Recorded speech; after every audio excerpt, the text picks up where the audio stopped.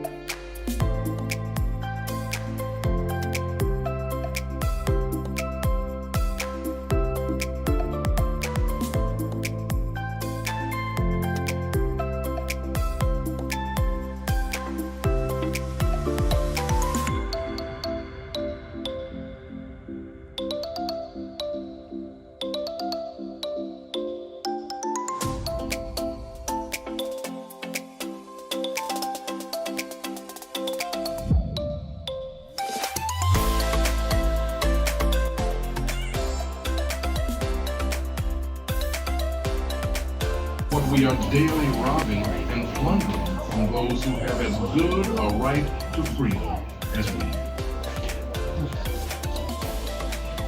For Africans, the revolution was a battle for freedom from slavery. المكان ده كله كده ديزرت، كان يعني واز ديزرت قشطه. الفكره نفسها ان هنا قامت زراعه بشكل كبير جدا في المنطقه دي. يمكن حتى امريكا لحد 1807 ما كانش كل ده تبع امريكا، كان بس جست هذا المكان. فهو دلوقتي حاليا عندنا المكان ده هو التريد سنترز اللي قامت فيها التجاره، وكان اكيد طبعا دي اماكن فيها كتير رين يعني مطر كتير جدا، فبالتالي كان شور اللي هيكون فيها زراعه كتيره. عشان كده هم استغلوا الاماكن دي عشان يزرعوا، فبالتالي التريد بتاعتهم قامت بشكل كبير. لكن rest of states كلها كانت desert. طبعا الريست اوف بلاك بيبل بما اننا يعني في الافريكان امريكان ميوزيوم فهم كانوا عايشين هنا. وطبعا يعني كان من الحاجات المشهوره جدا عندهم هي السكر، زراعه السكر. يمكن ده اللي خلاهم يعني بقى عندهم انكم اكتر. I think ده اللي انا فهمته عموما من المكان ده. مش عارفه هو صح ولا لا، بس عموما هو absolutely كله صح يعني ان شاء الله. A few moments later.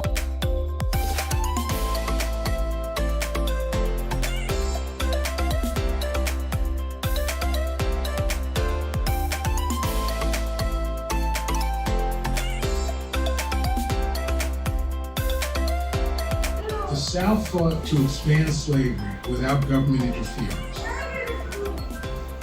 The North fought to preserve the Union, leaving slavery and its profits intact. Abraham Lincoln, at his first inaugural address, emphasized, I have no purpose, directly or indirectly, to interfere with the institution of slavery in the states where it exists.